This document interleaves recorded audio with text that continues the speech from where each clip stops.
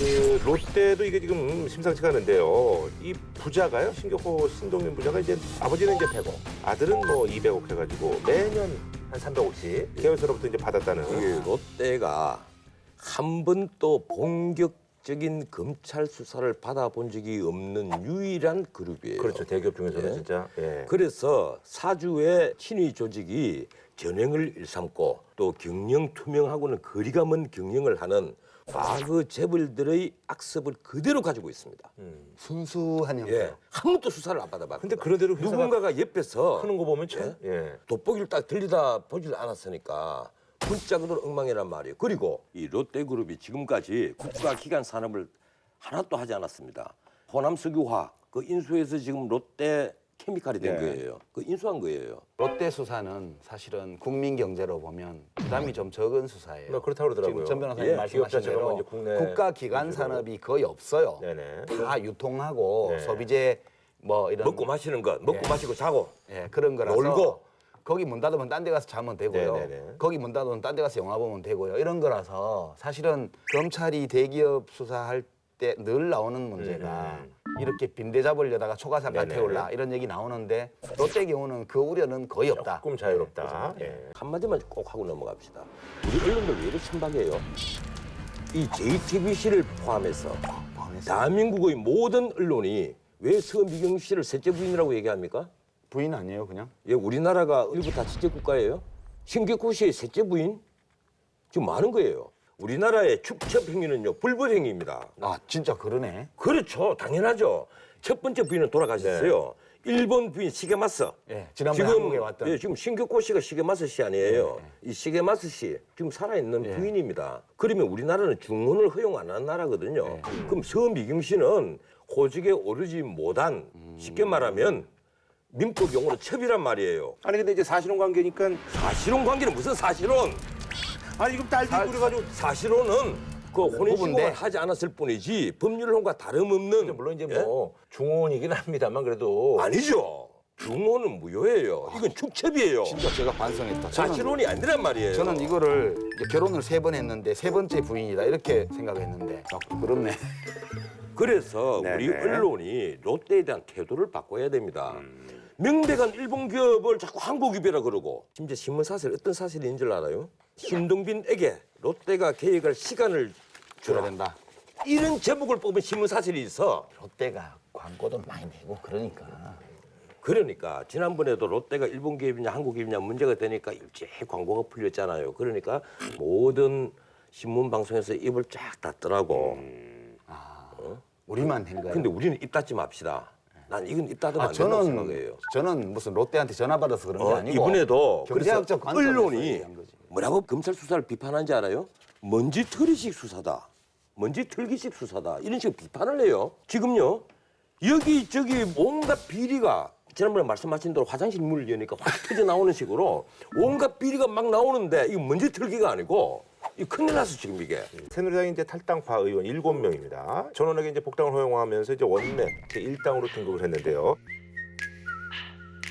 자, 그래서 이번에 준비한 주제 복장 터지는 복당. 새누리당 일괄 복당 허용 후폭풍입니다. 근데 여기서 이제 키포인트는 이제 그 윤상현하고 이제 유승민 의원 아니겠습니까? 이 윤상현 의원은 이 도덕성 문제가 걸려가 있잖아요. 오가 예, 예. 오인했다는 문제. 근데 유승민 의원은 당의 정체성이라고 이제 문제니까 항상 말씀하셨죠. 정말 심각한 문제인데 우리나라 모든 언론이 정말 왜 이런지 모르겠어요. 나 오늘 언론사 공격할 수밖에 없는데 그 언론사들이 이 사설들 태도를 보면요. 절차적 하자 없다. 친박 패권주의 없애라. 그리고 만시지탄이지만 잘한 일이다. 지금 뭐 하고 있는 거예요 지금. 이거 잘못됐어요. 아 왜 그 남의 당 정체성에 상관된 문제를 두고 만시지탄이라니. 그 모든 언론에서 그렇게 얘기할 때는 뭐 다 이유가 있는 거 아니겠습니까? 채널이 망하라고. 그럴 리가 있어요. 하긴 뭐 이미 망했으니까. 아, 지하실도 있다니까요. 땅바닥에 있다고 다 내려간 게 아니에요. 2층 밑에 1층 밑에 지하실의 멜로디 땡. 지하실도 1층도 있고 2층도 있고 그래요. 요새. 근데 어디까지 내려갈지 모르겠는데 네. 지금 지상에서 지하로 내려가는 중인 것 같아요. 이 지금 새누리당 사태를 보니까. 이 개헌에 대해서 몇 가지만 말씀드릴게요. 1. 개헌. 정치적 카리스마가 부족한 자들이 개헌론을 주장을 합니다. 2. 권력 분산 이런 얘기 하잖아요. 근데 권력 분산은 기능의 분산이지 인적 분산이 아니에요. 그 점을 착각을 계속하고 마치 내각제를 하고 아니면 이원 집정부제를 하면 권력이 막 분산되는 것으로 생각들을 하는데 대통령제도 견제와 균형이 잘만 이루어지면 대통령제처럼 괜찮은 제도가 없어요. 세 번째. 4년 중임제, 내각제, 이원 집정부제 얘기들을 하는데 내각제하고 이원 집정부제 얘기하는 분들에게 내가 경고를 하겠는데 지금 우리 국회의원도 수준이 솔직히 말해서 여든 야든 캐비넷을 하나 만든 내각을 하나 구성할 만한 수준이 됩니까? 그런 수준이 된다고 생각합니까? 근데 지금 그리고 장관들보다는 나아요. 제가 보기에. 무엇보다도 내각제를 하려면요 당내 민주주의가 돼야죠. 패들이 정치하면서 보수들 정치하면서 두목들 정치하면서 무슨 내각제를 해? 내각제면 좀 나아지지 않을까요? 누구 좋으라고? 국회의원 조. 지들 좋으라고 지금 하는 거야. 그러니까 내각제의 제일 큰 장점은 입법권하고 행정부가 통합되는 거예요. 네네네. 그러니까 사실 국회의원들로 보게 되면 대통령 없애버리고 그 권한을 자기들이 나눠 가지는 거니까 일단 좋아. 그다음에 의원을 하면서도 또 장관으로 갈 수 있어. 네네네. 또 좋아. 대통령제에 있어서요 장관들 우리나라처럼 국회의원들에게 바보 취급받는 나라가 없습니다. 다른 나라 의회는 가면 국회의원들이 장관을 이렇게 모미를 주고 의회 그 청문회 뭐 이런 데서도 못합니다. 장관에 대해서는 깍듯하게 요구를 해요. 청문회 가서 욕좀 먹고 하는 건 괜찮아요. 그건 맞아. 자기가 전화 받으니까 괜찮다 이러지만 우리나라는 국회의원이 되면 장관 와서 그 바로 앉아요. 뭐 이런 소리를 태인이 해. 그냥 눈 깔아 이런 거지. 외국 같으면요 당장 징계받습니다. 이제 개헌안이 3개가 나와 있어요 지금. 네네. 이제 뭐 공공연하게. 네, 그렇죠. 근데 이원집정부제나 내각제는 국민투표에 통과 안 돼요. 우리가 역사적으로 국민들이 싸워서 대통령을 내 손으로 그렇죠. 뽑는 걸 네. 쟁취했기 때문에 국민들이 이거 안 놀라고 그래요. 그러니 4년 중임제 아니고는 안 된다. 그러니까 지금 여론을 보면 개헌에 찬성하는 사람의 압도적 다수가 4년 중임제 개헌이에요.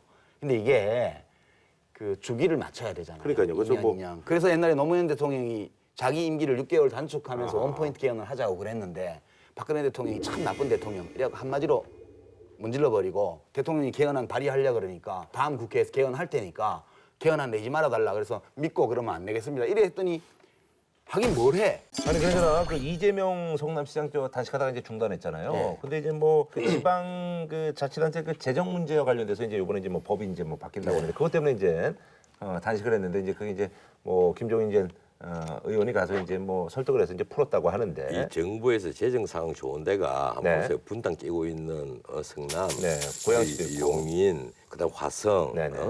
이 삼성 단지가 있는 신도시 이런 화성, 뭐. 예? 이런 데가 지금 재정 상황이 좋잖아요. 그렇죠. 근데 솔직히 나머지요, 전라도 그 낙후 지역, 그다음에 경상북도 낙후 지역 인데 가면요, 재정 상황이 너무 열악합니다.